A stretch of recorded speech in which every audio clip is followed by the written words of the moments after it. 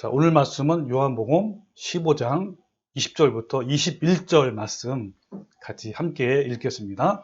시작. 사람들이 나를 박해하였은즉 너희도 박해할 것이요 내 말을 지켰은즉 너희 말도 지킬 것이라. 그러나 사람들이 내 이름으로 말미암아 이 모든 일을 너희에게 이는 나를 보내신 이를 알지 못하니라. 예. 자, 오늘 말씀도 예수님이 십자가에 처형당하시기 전날 밤에 마지막으로 말씀하신 유언 설교입니다. 이 말씀을 쉽게 해석하면 이런 거죠. 사람들이 예수님을 박해한 것처럼 너희도 박해할 것이다. 박해자들이 예수님으로 말미암아 너희를 미워하고 핍박하고 죽이는 것을 할 것인데 그 이유는 하나님을 알지 못하기 때문이다 라고 말씀하신 거예요. 그래서 이 말씀대로 예수님을 따르는 성도들은요, 역사적으로 이 세상 사람들로부터 재산을 빼앗기도 고문과 죽임을 당하는 박해를 받아왔어요. 예수님이 세상으로부터 핍박과 환난을 당하신 것처럼 각 시대마다 성도들은 매우 끔찍하고 무자비하게 핍박을 받아온 겁니다. 지금도요, 전 세계 곳곳에서 기독교에 대한 박해가 일어나고 있습니다. 우리가 몇 년 전에 아주 끔찍하고 잔인했던 그 이슬람 근본주의자 IS 기억납니까? 예, IS의 기독교 박해가 어마무시하게 일어났던 것을 아마 여러분이 기억을 할 거예요. 그러나 이 오픈도어의 선교회에서 발표한 기독교 박해 순위표를 보면요, 현재 세계에서 가장 박해가 심한 나라는 이슬람 IS가 아니라 바로 북한입니다. 그것도 20년째 부동의 1위로 계속 지금 박해를 받아오고 있어요. 그들은 어때요? 우리 동포이고 가장 가까운 거리에 있는 곳이 바로 가장 박해가 심한 나라인 거예요. 그것도 20년째 부동의 1위라는 사실을 우리는 대부분 잊고 살죠. 지난주에 유튜브 영상에 천국을 만나자요 라는 걸 비롯해서 제가 여러분 카톡방에 그 북한의 가혹한 기독교 박해에 대해서 영상을 올렸는데 다 보셨나요? 네, 어떠세요? 굉장히 어마무시하죠. 네. 그래서 여기 화면을 보시면요, 바로 이 장면이 이슬람 IS 근본주의자들이 박해했던, 무차별하게 살해하고, 그리고 아래에 있는 장면은 사람을 막 태워요. 화형을 처하고, 이런 식으로 굉장히 그때 당시 공포 떨게 하는 그런 사건이었는데, 이게 바로 뭐냐면 파키스탄에서 나온, 그러니까 기독교인이라는 이유로 학생을 산채로 불태워 죽이고, 또 10대 여학생 2명을 집단 성폭행하는 뭐 등등, 이런 거, 무슬림들이 이런 행포가 굉장히 심했죠. 그래서 전 세계 곳곳에 일어나는 것들이 굉장히 많은데요. 특별히 북한에 제가 자료를 찾아보는 중에 이제 이렇게 그림을 그려서 표현한 건데, 여기 보면 중국에서 복음 접한 탈북자들은 강제로 북송된 후에 엄중히 처벌을 받는데, 신앙 포기를 강요받자 거절한 여성이 3일 동안 고문을 받기도 하고, 또 복음을 접한 탈북 여성이 강제 북송된 후에 신분 과정에서 막 손톱을 뽑거나 찔리는 고문을 당하기도 했다고, 이런 것들이 막 나오고 있습니다. 그래서 전 세계 기독교 박해 순위를 보니까요, 제가 쭉 이렇게 나가보니까 어마무시하게 많은 사람들이 지금도 여전히 세계 곳곳에서 박해를 받고 있구나라는 걸 알 수 있습니다. 자, 이 자료가 바로 2019년도 아까 한국 오픈도어의 선교회에서 나온 자료예요. 그래서 도대체 이 북한이라는 나라가 몇 명이 될까, 기독교인이, 성도들이 몇 명 될까, 그래서 제가 자료를 살펴봤는데, 여기 보면 여전히 어때요? 1위죠, 북한이. 기독교인 추정이 30만 명 돼요. 제가 30만 명을 보고 너무 놀랐어요. 할렐루야 하면서, 정말 이 기독교인 북한에서 이런 핍박을 받으면서 정말 그 가운데서 믿음을 지키면서 살고 있구나라는 걸 보고 굉장히 참 할렐루야가 됐는데, 지금도요, 이와 같이 세계 곳곳에서 어마무시한 박해가 일어나는 거예요. 자, 그런 상황에 비하면 우리는 너무 편안한 시대에 살고 있어요. 과연 이렇게 편안하게 사는 것이 복일까요? 우리들은 이 세상에서 핍박을 받고 있는 이 성도들과 동일하게 구원이라는 푯대를 향하여 달려가는 똑같은 경지자예요. 그들은 현재 핍박이라는 상황을 통해서 우리보다 훨씬 더 빨리 막 달려가고 있는 거예요. 우리 조금 전에 불렀던 그 찬송가, 뭐였죠? 고요한 바다로. 거기 2절에 큰 물결이 일어나 나 쉬지 못하나 이 풍랑으로 인하여 더 빨리 갑니다. 큰 물결은 큰 고난이죠. 큰 고난이 있을수록 비록 육신이 피곤하고 어렵지만 이 풍랑으로 인해서 더 빨리 성장한다는 거죠. 그런데 우리는 이 풍랑이 없어서 지금 빨리 성장하지 못하는 것 같아요. 이것이 과연 복일까요? 아니면 독일까요? 그래서 이 육상 선수들은요, 함께 달리는 경주자가 있을 때 훨씬 더 빨리 달리게 된대요. 함께 달리는 경주자가 없으면 이 속력은 자연스럽게 느려진다고 합니다. 그럼 신앙에 있어서 우리와 함께 뛰는 이 경주자는 가장 좋은 경주자가 바로 핍박이라는 거예요. 핍박이라는 경주와 함께 막 뛰면 훨씬 더 빨리 달려가게 되고, 그러나 핍박이 없으면 달리는 속도가 느려진다는 거예요. 그런데 왜 예수님은 세상에서는 너희가 미움을 받을 것이고 환난을 당할 것이라고 말씀하셨을까요? 그 이유는 아까 얘기했죠. 바로 세상 때문에 그런 거예요. 여러분, 세상은요, 근본적으로 신앙을 적대시합니다. 우리가 이 세상에 사는 동안은 언제나 세상과 적대적일 수밖에 없어요.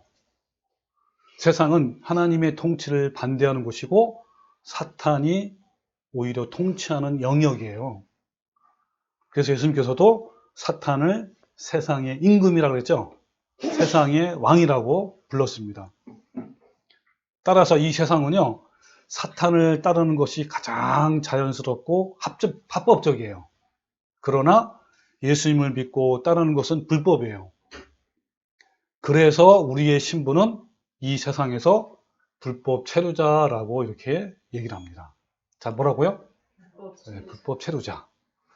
그리고 이 세상의 구조와 사상이나 이념이나 철학 등은요, 모두 사탄적이에요.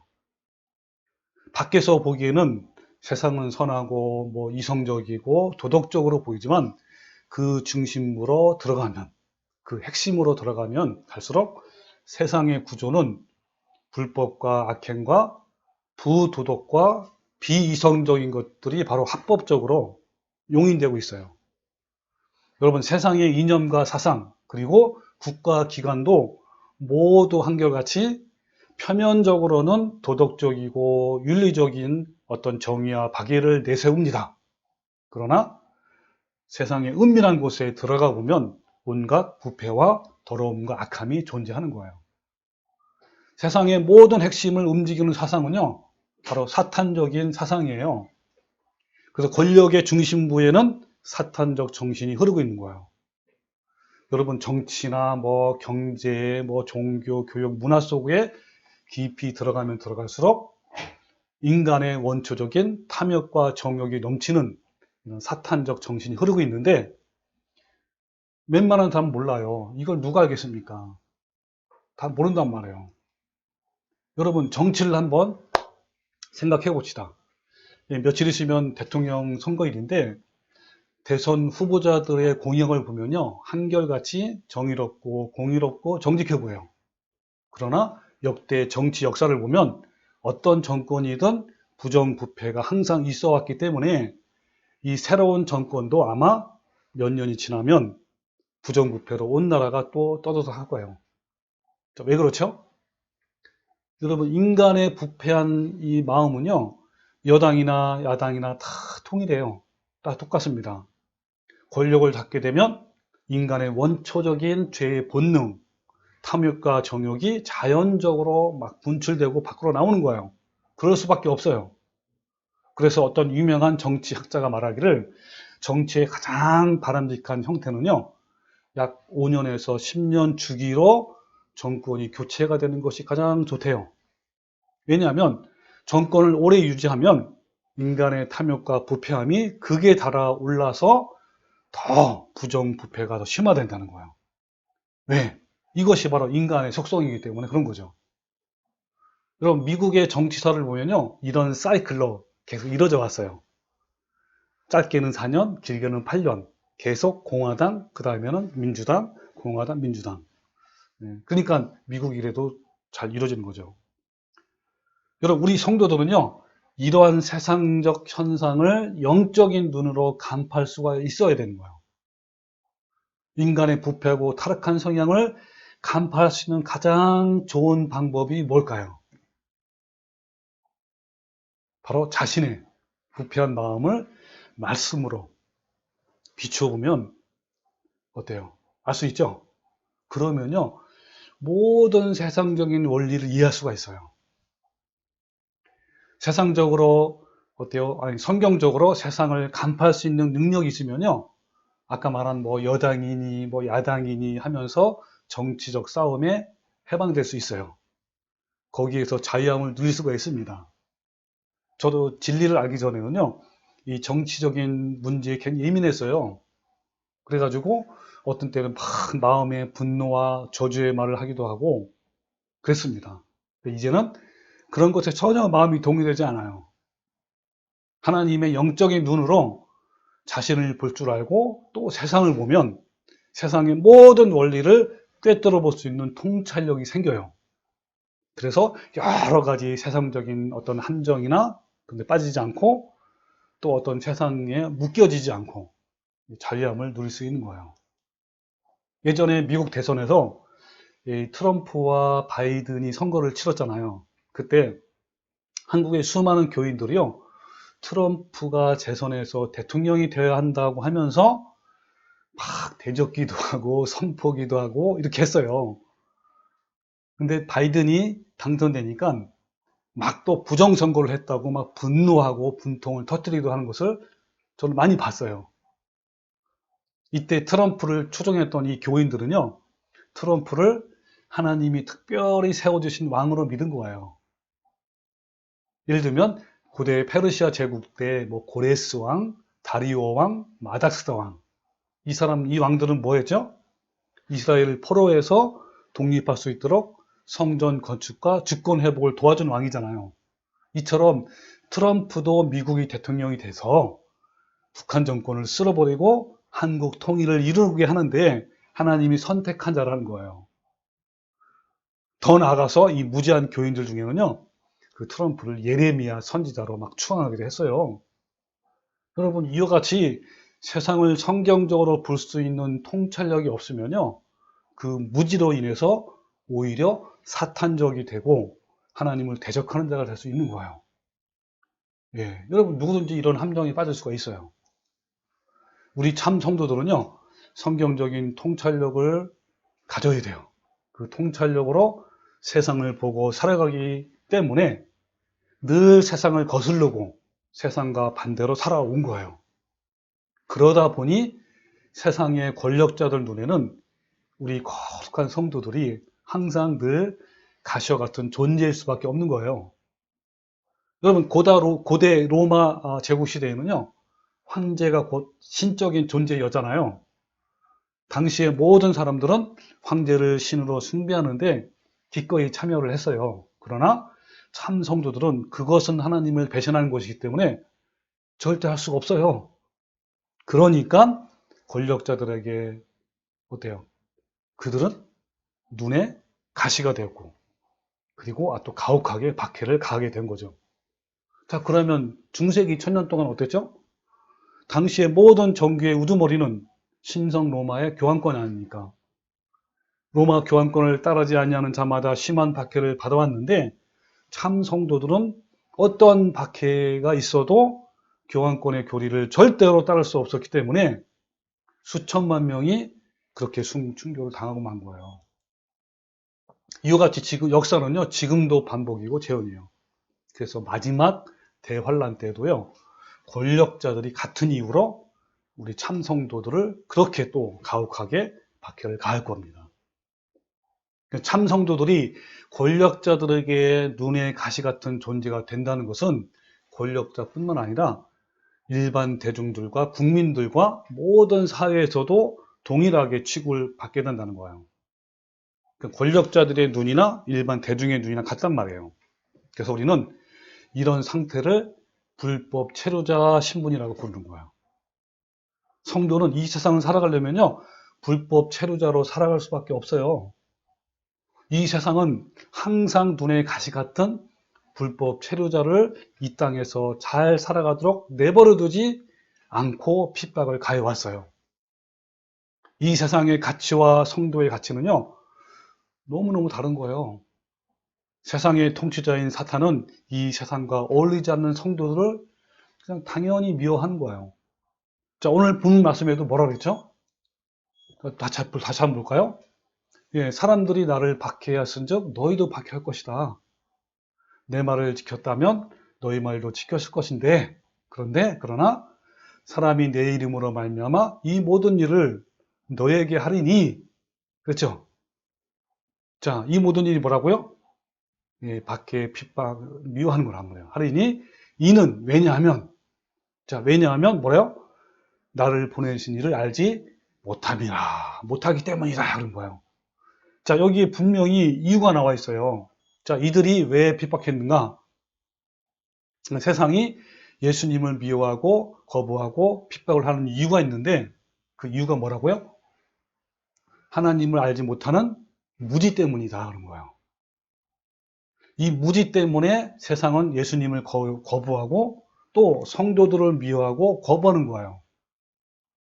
그래서 예수님께서 그 앞에는 뭐라고 말씀하셨냐면 이런 말씀이세요. 세상이 너희를 미워하면 너희보다 먼저 나를 미워할 줄 알라. 종이 주인보다 더 크지 못하다 한 말을 기억하라. 그죠? 사람들이 나를 박해하였은즉 너도 박해하리라 라고 말씀한 거예요. 그러니까 세상 사람들은 예수님이라는 이름 때문에 성도들에게 미움과 박해를 할 것이라고 말씀하셨어요. 근데 그 이유는 세상을 구원하시기 위해서 예수님을 이 땅에 보내신 그 하나님을요, 세상이 알지 못하는 무지 때문이라고 얘기한 거예요. 이상하게도요, 사탄은 예수님의 이름을 극도로 혐오해요. 예수라는 이름의 뜻이 뭐죠? 구원자 아닙니까? 그죠? 구원할 자. 구원자 아닙니까? 사탄은 이 세상의 임금이잖아, 왕. 그렇기 때문에 세상의 모든 것을 자기 것이라고 생각하는 거예요.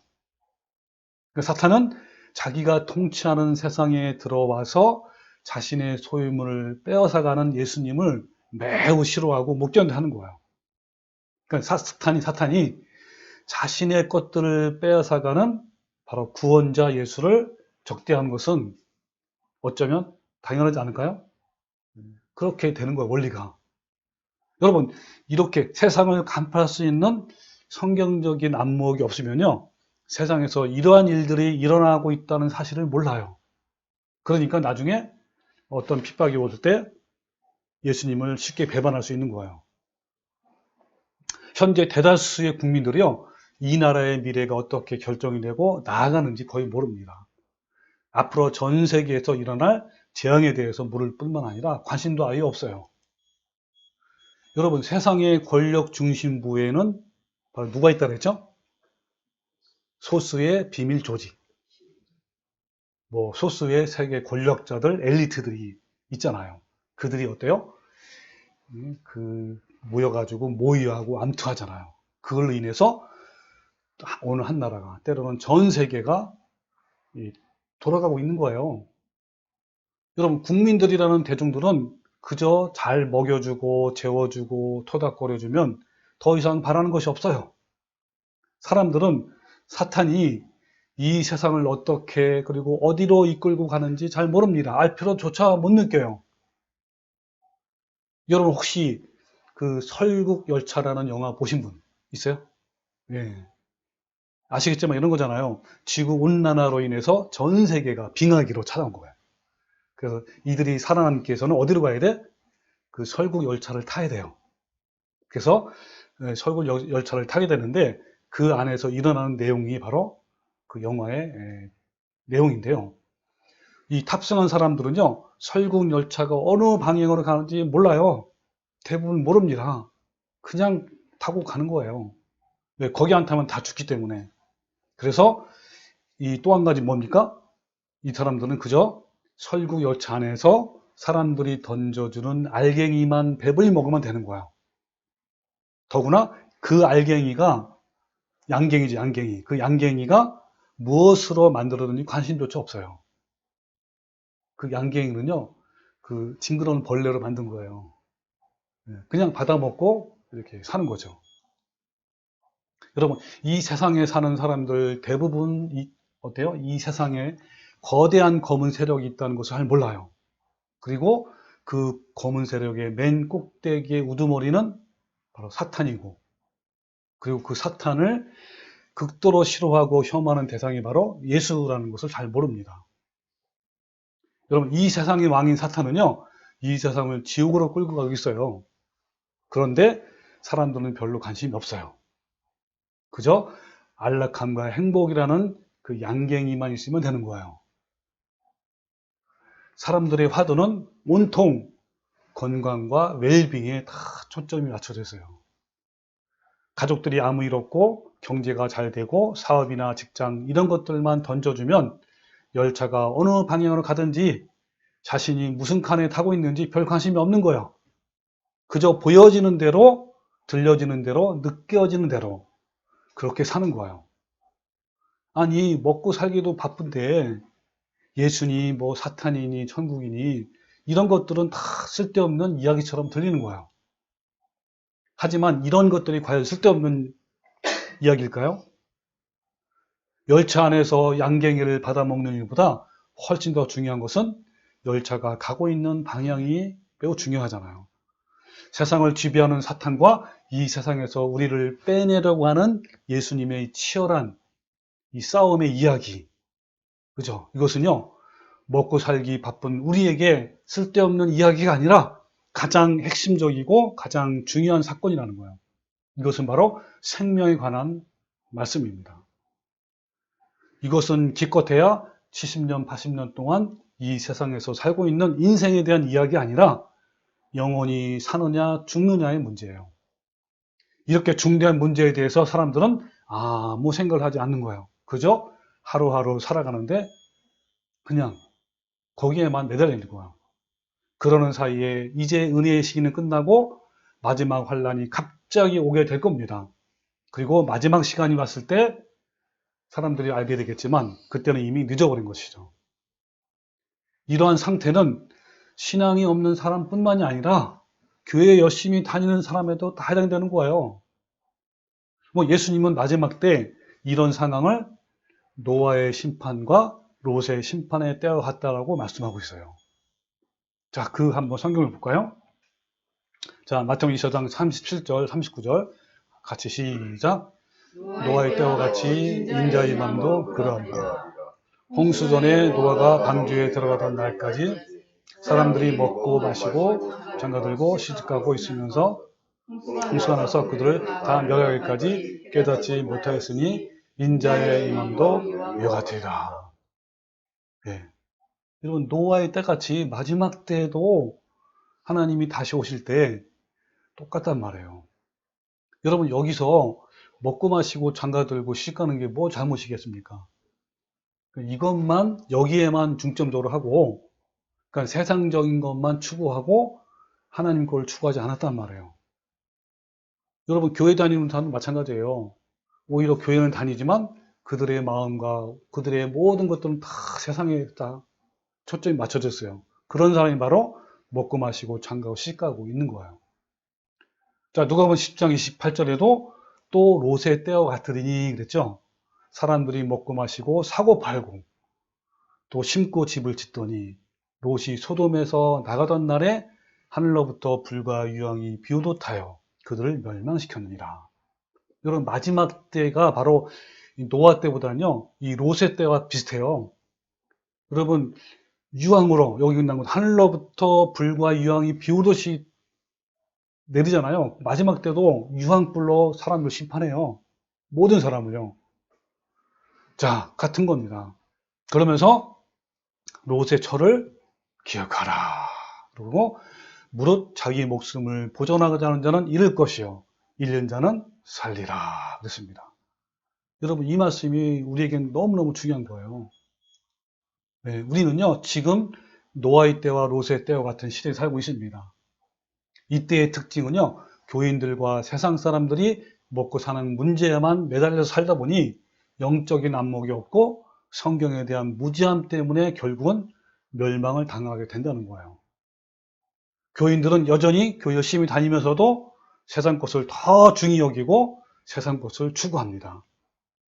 그리고 롯의 시대처럼 현대에도 뭐 세상 사람이든 교회에 열심히 다니는 교인이든 오직 세상이 주는 안락함과 달콤함을 추구하는 거예요. 그리고 세상에 대한 염려와 불안으로 살면서 세상을 제대로 볼 수 있는 성경적인 안목에 관심이 없습니다. 이 말씀을 보면 롯의 때에 특별히 언급한 인물을 볼 수 있죠. 그 주인공이 바로 누구라고요? 롯의 처이잖아요. 그녀는요, 소돔 도시가 멸망을 당하는 그 순간에 어떤 스탠스를 취했는지, 자, 그 창세기를 한번 가봅시다. 창세기 13장 19절에 보면, 자, 여호와께서 이곳을 멸하시려고 우리를 보내셨나니, 우리가 누구냐면 천사들이에요, 그죠? 우리가 멸할 것이다, 그랬죠? 자, 롯이 나가서 그 딸들과 결혼할 사이들에게 말하여 이르기를, 여호와께서 이 성을 멸하실 터이니 너희는 일어나 이곳을 빨리 떠나라 했더니 뭐라 그랬다고 여기? 그의 사이들은 농담으로 여겼더라. 예, 오늘날에도요, 이 사이처럼 이런 얘기하면요, 농담으로 여기는 사람이 너무너무 많아요. 뭐 교회 다니는 사람도 마찬가지예요. 자, 그러다 보니까 어때요? 동틀 때에 천사가 롯을 막 재촉하는 거예요. 자, 빨리 일어나라, 가자. 하면서 막 재촉하는잖아요. 근데 어떻습니까? 그러나 롯이 지체하네. 그렇죠? 막 롯이 지체하는 거예요. 그러니까 어땠어요? 그 사람들이, 그 천사들이 롯의 손과 그 아내의 손과 두 딸의 손을 잡고 막 끌어당기는 거예요. 인도해가지고 성 밖으로 둔 거예요. 이 하나님의 자비하심이죠. 그죠? 자, 그런데 그 다음에 그 사람들이 그들 밖으로 이끌어낸 후에 이르되 도망하여 생명을 보존하라. 돌아보거나 들에 머물지 말고 산으로 도망하여 멸망을 면하라 그러잖아요. 여호와께서 하늘 곧 여호와께로부터 유황과 불을 소돔과 고모라에 비같이 내리사 그 성들과 온들과 성에 거주하는 모든 백성과 땅에 난 것을 다 엎어 멸하셨더라 하면서 뭐라 그랬죠? 롯의 아내는 뒤를 돌아봤으므로 소금 기둥이 되었다라는 말이 뭐죠? 멸망을 당했다라는 똑같은 말이에요. 네. 여러분, 바로 이것이 롯의 처의 교훈입니다. 그 여러분, 누가복음 9장 60절 한번 읽어볼까? 시작. 예수께서 이르시되 손에 쟁기를 잡고 뒤를 돌아보는 자는 하나님 나라에 합당하지 아니하리라. 여러분, 그 쟁기 옛날 시골에 보면요, 소의 쟁기를 달고 이렇게 밭을 갈아엎는데 조금이라도 뒤를 돌아보면 어떨 것 같아요? 삐뚤삐뚤고 해가지고 빗나가요. 엉뚱한 데는 한단 말이에요. 자, 그것처럼 여러분 하늘나라에 가려면요, 정신 똑바로 차리고 앞에 바로 가야지. 엉뚱한 데로 가면요, 거기 천국문이 아니라 지옥문이에요. 지옥문. 그걸 말씀하시는 거예요. 뒤돌아보지 말아라. 세상에 한눈 팔지 말라는 거예요. 예, 그래서 우리가 살아가면서 여러분 가장 소중한 것이 무엇입니까? 여러분, 대다수 사람들은요, 죽기 직전까지 가장 소중한 것을 몰라요. 가장 소중한 것은 종종 죽기 전에 발견하기도 합니다. 사람들은 세상의 도취에 대해서 있고 이 무지함 때문에 무엇이 중요한지 모르는 거예요. 예수님께서 말씀하시기를 나를 보내신 이를 알지 못함이다 라고 무지 때문에 그렇다고 말씀합니다. 사탄이 던져주는 먹잇감을 먹느라 정신을 못 차리고 지내다 보니 어느덧 자신도 모르게 멸망의 시간을 맞이하게 되는 거예요. 정신없이 꿀을 빨다가 꿀 속에 빠져 죽어가는 것을 모르는 파리처럼 무지함 때문에 많은 사람들이 그렇게 되는 거예요. 그럼 우리는요, 세상에서 불법 체류자와 나그네의 삶을 살아야 마지막 대환란을 이길 수가 있어요. 이 세상의 것을 사랑하고 미련을 둔다면 마지막 대환란을 이길 수가 없습니다. 우리는 마지막 환란 때 두 가지 중에 하나를 선택할 때가 반드시 와요. 예수님을 부인하고 또 배신해서 세상의 편안과 안락함을 선택할 것인지, 아니면 세상의 모든 즐거움과 안락함을 포기하고 예수님과 함께 고난의 길을 선택할 것인지, 두 가지 중에 하나를 선택할 때가 분명히 옵니다. 예수님의 고난의 발자취를 따르는 길은요, 바로 예수님처럼 조롱과 멸시를 당하고 억울함과 부당함을 당하여도 어린 양이 도살장으로 가는 것처럼 묵묵히 순종하는 길이기 때문에 사람들이 보기에는 굉장히 비참하고 미련한 길로 보여요.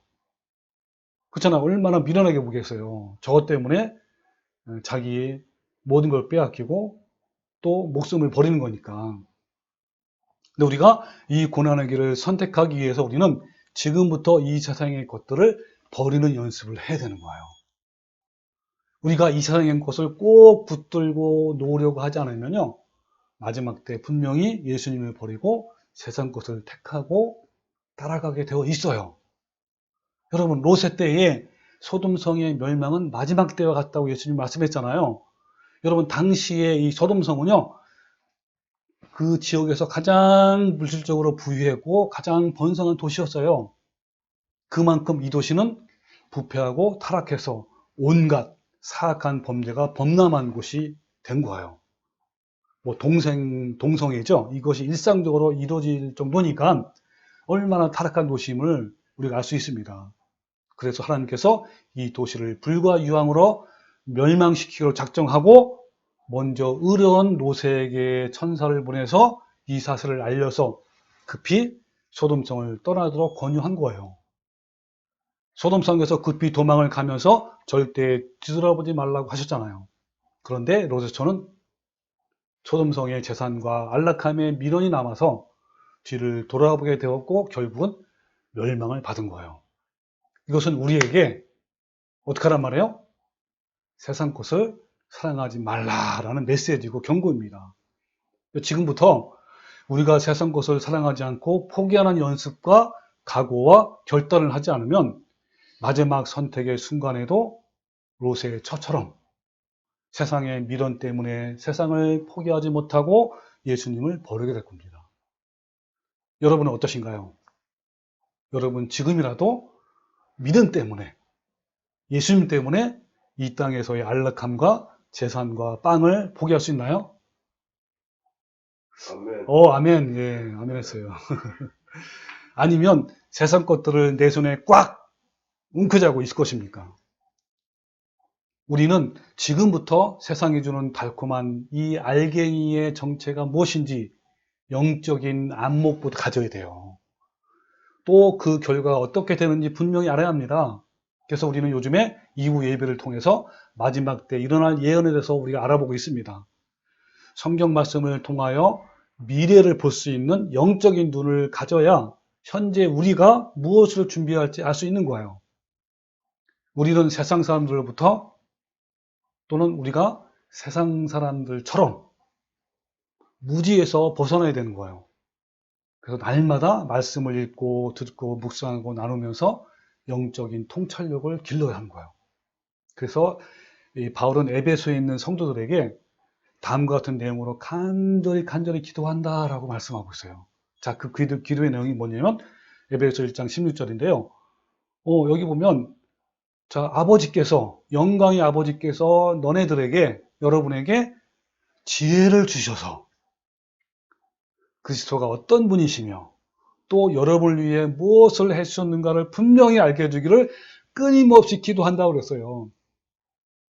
여러분 이런 지혜가 있어야 돼요. 자, 또 뭐랍니까? 나는 또 하나님께서 여러분의 마음의 눈을 밝혔다. 여러분, 이 뭘 말합니까? 아까 말한 영적인 눈이에요. 안목. 성경적인 안목. 영적인 눈을 밝히는 거예요. 그래서 어떻게 하는 거예요? 하나님께서 여러분을 불러 장차 나누어 주시는 것이 무엇인지 알게 되기를 기도합니다. 그리고 우리를 그리스도의 것으로 하나님께 들었기 때문에 하나님께서 우리의 삶을 풍부하게 해주셨다는 것도 알고, 또 믿음을 가진 사람을 도와주시는 하나님의 능력이 얼마나 위대한가를 깨달을 수 있기를 기도합니다 라고 한 거예요. 여러분, 이러한 지혜, 그리고 이러한 영적인 안목, 영적인 눈을 밝게 하려면 우리가 뭘 하면 될까요? 예, 말씀을 하는 말씀을.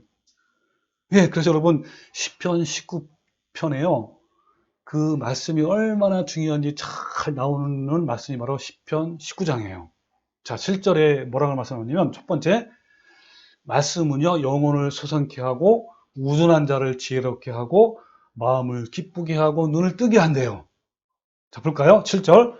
여호와의 율법은 완전하여 영혼을 소성시킨대요. 자, 이 소성시킨 게 히브리어로 슈, 이건데 되돌리다, 회개하다라는 말이에요. 그리고 여호와의 증거는 확실하여 우둔한 자를 지혜롭게 한대요. 히브리어로 뭐요? 패티, 넓게 하다. 예, 여러분 지혜는 어때요? 넓게 하잖아요.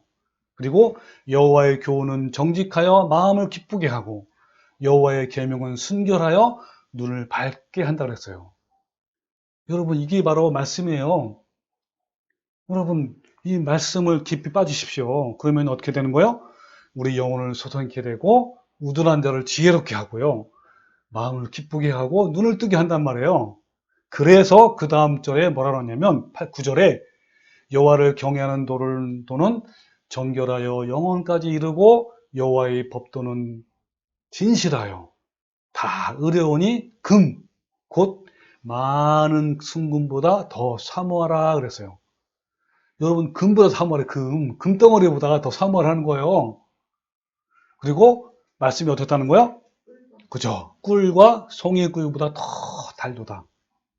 여러분, 저도 이 경험을 많이 했어요. 이 말씀을 읽고 묵상하는데 얼마나 꿀같이 단지요. 여러분, 이런 경험을 꼭 하셔요. 또 주의 종이 이것으로 경고를 받고 이것을 지킴으로 상이 크다라고 그랬습니다. 또 이 말씀은 어떡합니까? 죄에서 벗어나게 해요. 자, 12절에 자기 허물을 능히 깨달을 자 누구리요? 그랬죠? 여러분, 누가 자기 허물을 깨달아요? 예, 말씀을 갖게 하는 자예요. 나를 숨은 허물에서 벗어나게 하소서. 또 주의 종에게 고의로 죄를 짓지 말게 하사 그 죄가 나를 주장하지 못하게 하소서. 그리하면 내가 정직하여 큰 죄가에서 벗어나겠나이다. 나의 반석이시여 나의 구속자이신 여호와여, 내 입의 말과 마음의 묵상이 주님 앞에 연락되기를 원합니다. 예, 여러분요, 이 말씀을 읽고 묵상하고 그것을 내 걸로 만드는 것이 얼마나 여러분 큰 복인지 아세요? 너무너무 큰 복이에요. 여러분, 이 말씀은요, 그냥 말씀이 아닌 거예요. 여기 보면, 자, 히브리서 4장 10절에, 12절에 이렇게 말씀했어요. 한번 읽을까? 시작. 하나님의 말씀은 살아있고 활력이 있어 좌우의 날선 어떤 검보다도 예리하여 혼과 영과 및 관절과 볼수를 찔러 쪼개까지 하며 또 마음의 생각과 뜻을 판단하시니 지은 것이 하나도 그 앞에 나타나지 않음이 없고 우리의 결심을 이에 눈앞에 만물이 벌거벗은같이 드러나리다. 그렇다는 거예요. 말씀이 이렇다는 거예요. 살아있다, 말씀이 살아있다니까요. 왜 그러냐면 요한복음 1장 1절에 뭐라냐면 태초에 말씀이 계시니라 이 말씀이 하나님과 함께 계셨으니 이 말씀이 곧 뭐라고요? 하나님인 거예요. 말씀이 하나님인 거예요. 여러분, 말씀을 내 안에 충만히 거하면요, 하나님이 내 안에 충만한 거예요. 네. 얼마나 좋습니까? 요즘 농부가 두 분이께서 매일 밤 늦게 피곤함을 물리치고요, 말씀을 읽고 나누고 있는데 이것이 바로 마지막을 준비하는 가장 중요한 거예요. 이렇게 말씀을 사모해서 영적인 눈을 뜨게 되면 모든 죄에서 벗어나는 삶을 살게 되는데 이것이 바로 마지막 때를 준비하는 거예요. 이렇게 하면요, 아까 말한 이 어리석은 롯의 처처럼 세상의 성공이나 안락함과 염려에 붙들려 사는 것이 아니라 이 땅에서는 나그네와 불법 체류자처럼 살게 돼요. 이 세상에 미련을 두지 않는단 말이에요. 우리가 말씀의 빛으로 조명을 받는 일, 즉 이 말씀을 읽는 꼴, 묵상하는 일에 등한시하면요, 그 순간에 우리는 얼마든지 아까 말한 쟁기를 잡고 뒤를 돌아보는 자 같이 되는 거예요. 그래서 빗나가는 삶을 살게 되고 결국에는 멸망을 당하는 거예요. 하지만 말씀을 붙잡고 그 말씀대로 살아가는 순간 우리는 이 세상에서 어떤 신분이라고요? 불법 체류자가 되는 거예요. 세상이라는 거대한 조직 속에서 세상에 충실한 사람들과 세상 것들을 추구하고 갈망하는 사람들은 오히려 이 세상에 대해서 무지할 수밖에 없어요. 바로 그 무지 때문에 멸망을 당하고 유황불에 타는 지옥으로 달려가는 거예요. 영적인 게으름과 무관심 때문에 영벌에 처하는 거예요. 이 무지함 속에 자신을 방치하게 되면 아까 말한 그 설국 열차에 함께 지옥으로 달려가는 겁니다. 여러분, 세상이 예수님과 성도를 미워하는 이유가 뭐라 그랬죠, 지금? 무지함. 무지함인데 또 한 가지 또 있어요. 뭘까요? 왜 세상 사람들이 예수님과 성도들을 미워할까요? 그 한 가지가 바로 죄입니다, 죄. 죄를 지적하는 거. 이게 뭐냐면, 자, 예수님이 어때요? 이 땅에 오셔서 죄와 타협하지 않으시고 그 죄를 막 드러내시기 때문에 예수님을 미워한 거예요. 그렇게 죄를 드러내는 이유는 사실은 뭡니까? 그들이 죄를 깨닫고 회개하기를 원하시기 때문에 예수님은 이 땅에 오셔가지고 아주 가차없이 그 죄를 드러냈어요. 자, 우리 묻는 말씀이죠. 볼까요? 요한복음 15장 22절에 자, 내가 와서 그들에게 말하지 아니하더라면 죄가 없으려니와 그랬어요. 무슨 말일까 이거요? 그렇죠. 내가 예수님이요, 그죠? 예수님 와가지고 그들이 누굽니까? 유대인들, 특별히 바리새인들, 율법사들이에요. 이 사람들에게 죄를 드러내지 않았다면, 그런 말을 하지 않았더라면 죄를 깨닫지 못할 것이다 이런 말이에요. 죄가 없다는 말은 죄를 알지 못했다, 깨닫지 못했다라는 뜻이에요.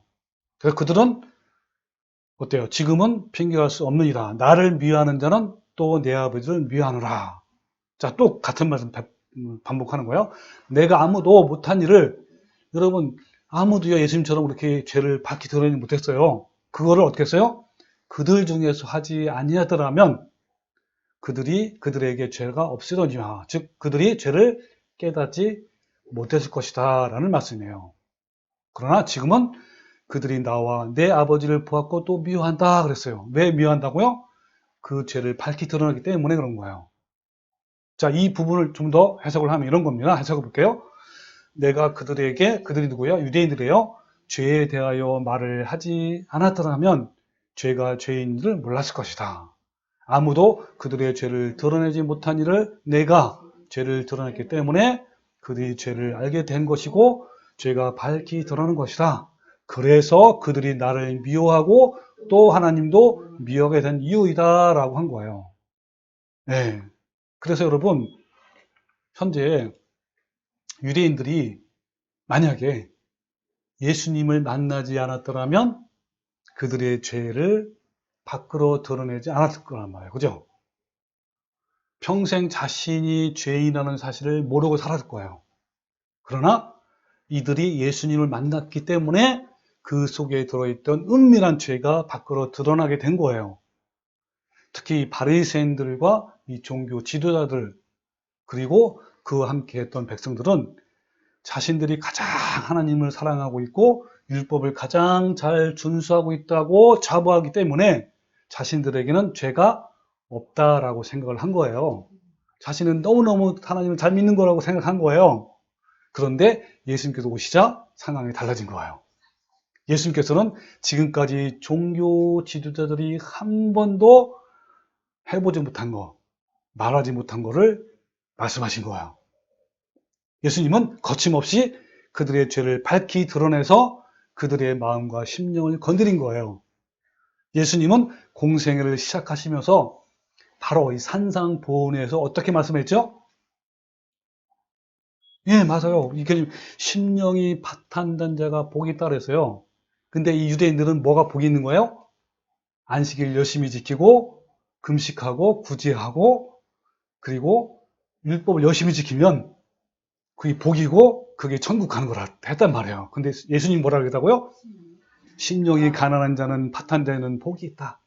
애통하는 자는 복이 있고 온유한 자가 복이 있고 의에 줄이고 목마른 자, 긍휼히 여기는 자, 청결하고 화평하고 이를 위해 핍박을, 박해를 받는 자가 복이 있다 그랬어요. 그러니까 심령이 파탄되어서 새롭게 하나님의 사람으로 만들어지지 아니하면 어느 누구도 구원받지 못한다라고 말씀하신 거예요. 그러니까 지금까지 유대인들은 어때요? 그를 생각하기에 자기들 신앙은 뭐예요? 제사제도 열심히 하고 그리고 안식을 지키고 근처의 11조까지 철저히 지키고 구제와 금식하는 것이 신앙의 전부였어요. 그들은 행함으로 자신들은 죄가 없다고 생각한 거예요. 그런데 예수님은 그들에게 심령이 더럽고 부패하면서 종교 행위를 아무리 해봐도 그것은 배나 더 지옥 자식이 된다라고 거침없이 말씀하신 거예요. 그들이 밖으로 드러낸 이 종교적 행위는 번지르해도 대단해 보이지만 마음이 심히 부패한 종교 지도를 향해서 예수님은 매우 강하게 질타와 저주를 하신 거예요. 자, 볼까요? 얼마큼 그렇게 했는지? 자, 마태복음 23장 23절. 시작. 화 있으저 외식하는 서기관과 바리새인들이여, 너희가 박하와 회양과 근처의 11조는 들이되 율법에 더 중한 바 정의와 긍휼과 믿음은 버렸도다. 그러나 이것도 행하고 저것도 버리지 말아야 할지니라. 맹인 내 인도자여, 하루살이는 걸러내고 낙타는 삼키는도다. 여러분, 화 있으진저는 뭐요? 어마어마한 저주예요. 외식하는 서기관과 바리새인들이요 하면서 잔과 대접의 겉은 깨끗하되 그 안에는 탐욕과 방탕이 가득하다. 눈먼 바리새인들이요, 너희는 먼저 안을 깨끗이 하라. 그리하면 그것도 깨끗하리라. 또 시작. 화이신저 외식하는 서기관과 바리새인들이요, 회칠한 무덤 같으니 겉으로는 아름답게 보이나 그 안에는 죽은 사람의 뼈와 모든 것이 가득하도다. 가득하도다. 33절. 밴드라 독사의 새끼들아, 너희가 어떻게 지옥의 판결을 피하겠느냐. 여러분, 얼마나 강력하게 그들의 죄를 적나라하게 드러나지 않습니까? 이렇게 한 거예요. 예수님은요, 아무도 이렇게 못했어요. 예수님을 만나지 않았더라면 그들은 그들의 죄를 몰랐을 겁니다. 그들은 자신 속에 숨겨진 죄가 드러나자 회개한 것이 아니라 격노한 거예요. 예수님을 미워하기 시작했고 마침내 예수님을 십자가에 못 박혀 죽인 거예요.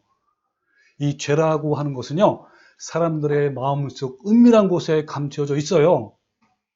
불법, 살인, 미움, 시기, 질투, 분쟁, 음란, 호색, 술수, 이런 악한 것들이 마음속 은밀한 공간에 들어있는 거예요.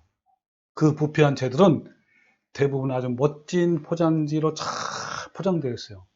너무나 잘 포장되어 있어서 일반 백성들은 그 종교인들, 그 바리새인들, 율법사들, 그 사람들을 어떻게 봤어요? 선한 사람으로, 거룩한 사람으로, 청결한 사람으로, 도덕적인 사람으로 오해를 한 거예요. 그러나 그 포장지를 뜯어내고 그 속에 악취나는 시체를 끄집어내면 사람들은 돌변하는 거예요.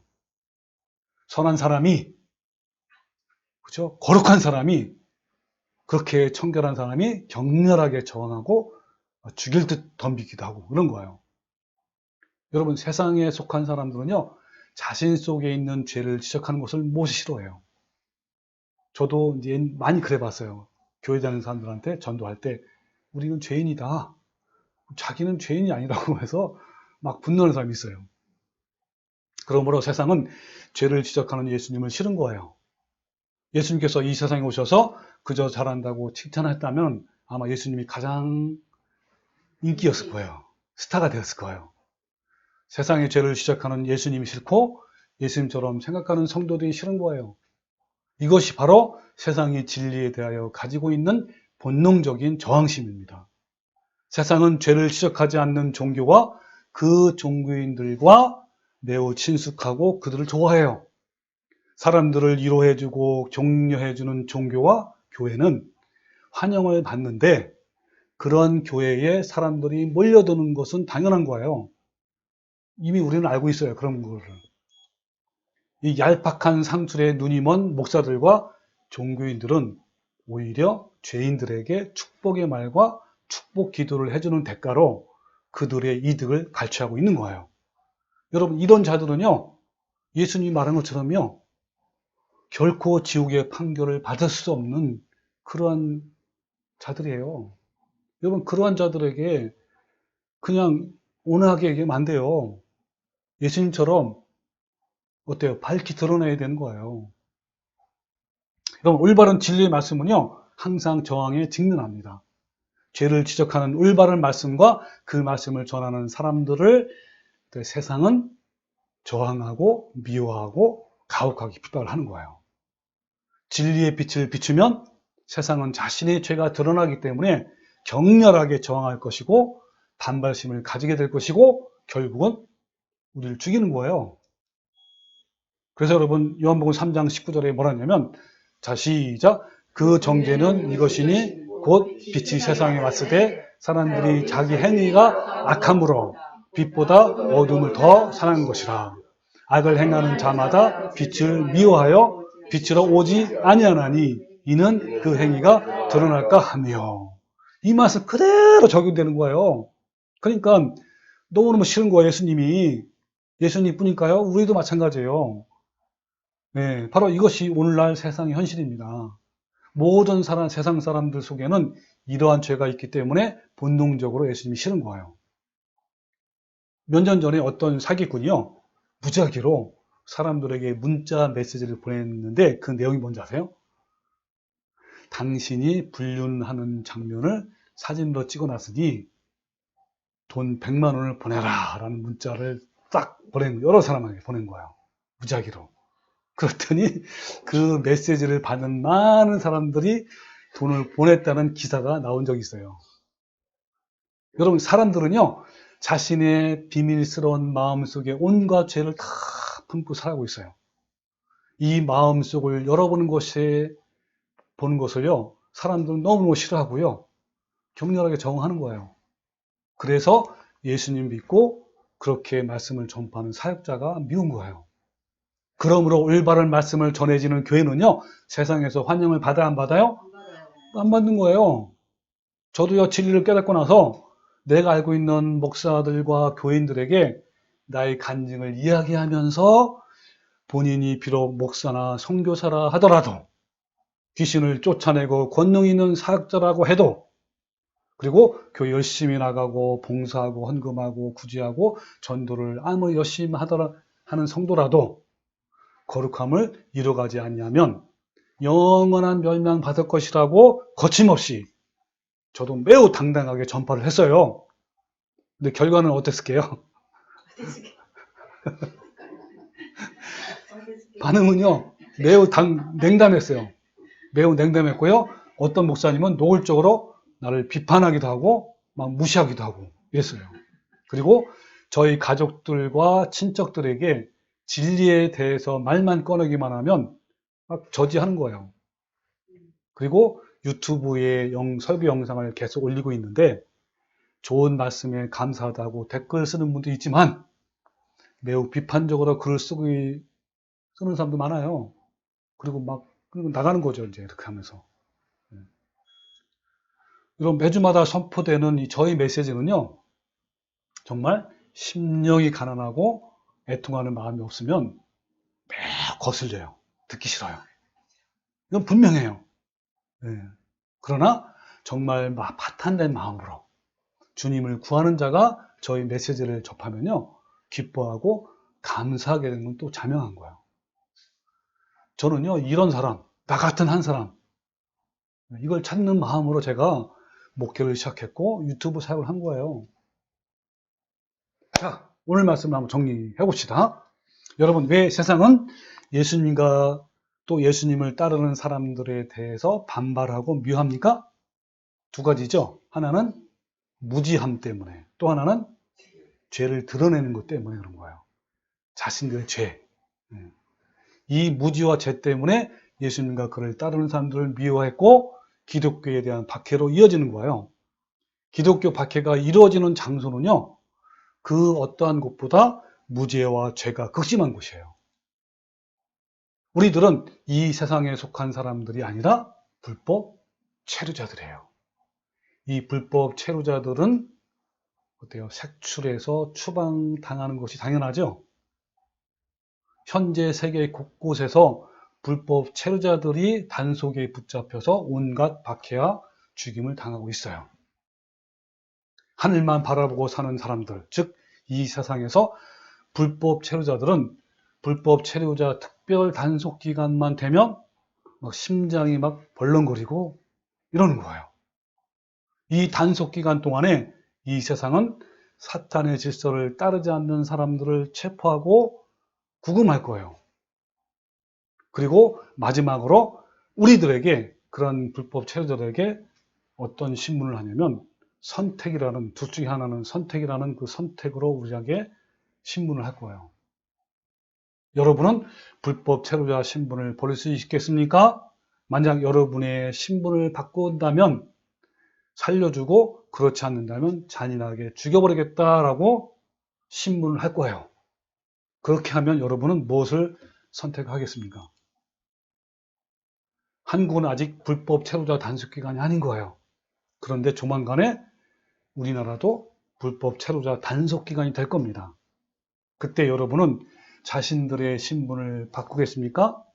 아니면 체포되어 죽더라도 불법 체류자 신분으로 끝까지 고수하겠습니까? 여러분의 선택은 과연 무엇입니까? 우리 모두 불법 체류자 단속 기간에 믿음으로 끝까지 지키기 위해서 날마다 말씀을 묵상하여 영적인 안목으로 살아가고, 또한 잘못된 교리를 믿고 있는 교인들에게 당당하게 진리를 전할 수 있는 성도가 되시기를 주님의 이름으로 축원합니다. 아멘.